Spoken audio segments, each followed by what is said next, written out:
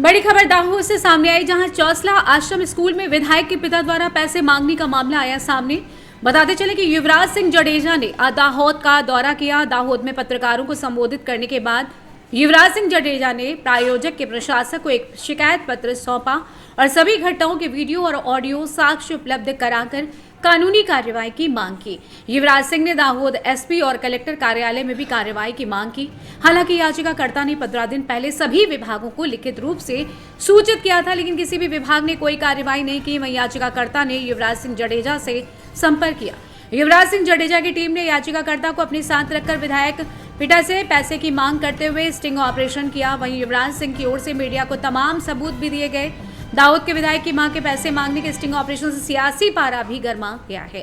આથી થોડા દિવસ પહેલા અમને ફરિયાદ મળી હતી કે દાહોદની જે ચોસાલા ખાતે આવેલી કેદારનાથ આશ્રમ શાળા છે ત્યાં ઉમેદવાર છે જે પસંદગી પૈસાની માંગણી કરવામાં આવે છે ત્યારે એ ઉમેદવારને સાથે લઈ અને કેદારનાથ આશ્રમ શાળામાં અમે સ્ટિંગ ઓપરેશન કરેલું અને ત્યાંના જે ટ્રસ્ટી છે બચુભાઈ એન કિશોરી તેના દ્વારા 17 લાખ રૂપિયાની માંગણી કરવામાં આવેલી અને આ બચુભાઈ એન કિશોરી જે વર્તમાન 132 વિધાનસભાના ચૂંટાયેલા ધારાસભ્ય કનૈયાલાલ કિશોરીના પૂજ્ય પિતાશ્રી છે અને એમના ટ્રસ્ટ અંતર્ગત આવતી આ કહી શકાય કે આશ્રમ શાળા છે। આશ્રમ શાળાનો મુખ્ય હેતુ હોય છે કે ભાઈ પોતાના સમાજના અને પોતાના વિસ્તારના બાળકનો વિકાસ થાય, પોતાના સમાજના અને વિસ્તારના બાળકનું ઉત્થાન થાય એટલા માટે આશ્રમ શાળા બનાવવામાં આવતી હોય છે।